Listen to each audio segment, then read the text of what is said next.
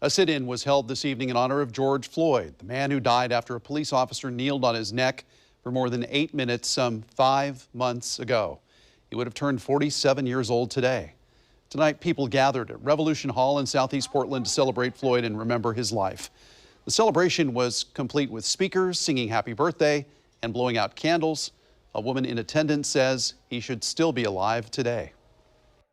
It's important that we do that, just to show people that we're still out here, to show people that this man had children. This man was a father of 5, and his kids won't be able to celebrate his 47th birthday with him, and it's sad. George Floyd's death. We've seen protests across the nation, including, as you know, more than 100 nights of protest right here in Portland.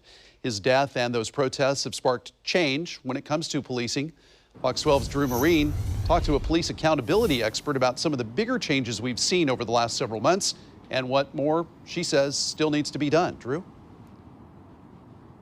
Yeah, that's right. We've seen a police budget cut and now a ballot measure, both two big changes here in Portland. But the woman I spoke with says there still needs to be more done.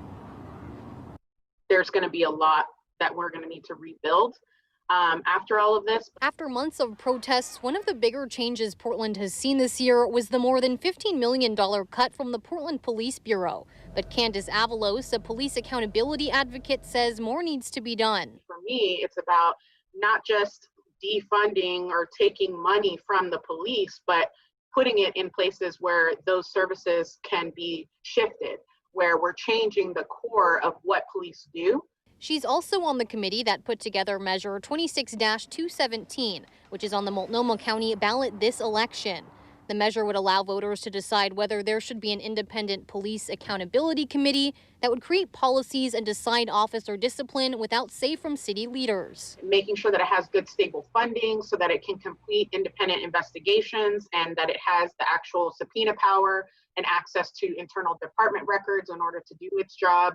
Also that it has legal authority to produce enforceable actions. She says this measure and the budget cut made in June are just the first steps in a larger battle to hold police accountable and address racial inequality. It's never enough. I mean, I think, no, I don't know. I can't even envision where we'd get to enough. There's so far to go that I can't even see it. We reached out to Mayor Ted Wheeler about the changes made so far this year and what still needs to be done. In part, his statement says, is there more that can be done? Yes, but we're off to a good start. While there are challenges, we're confident that we will emerge stronger, more effective, and more accountable as a result. Sarah Iannarone, who is running against Mayor Wheeler in this election, sent a statement which reads in part, the reforms we have seen thus far would not have been possible without protests for racial equality, but we must continue marching towards progress. Governor Kate Brown also tweeted about George Floyd's birthday today, saying today, which should have been George Floyd's 47th birthday, is a stark reminder police accountability can literally mean the difference between life and death. In Oregon, we're taking real, concrete steps to create criminal justice and police reform that works for all. Live in Southeast Portland, Drew Marine, Fox 12 Oregon.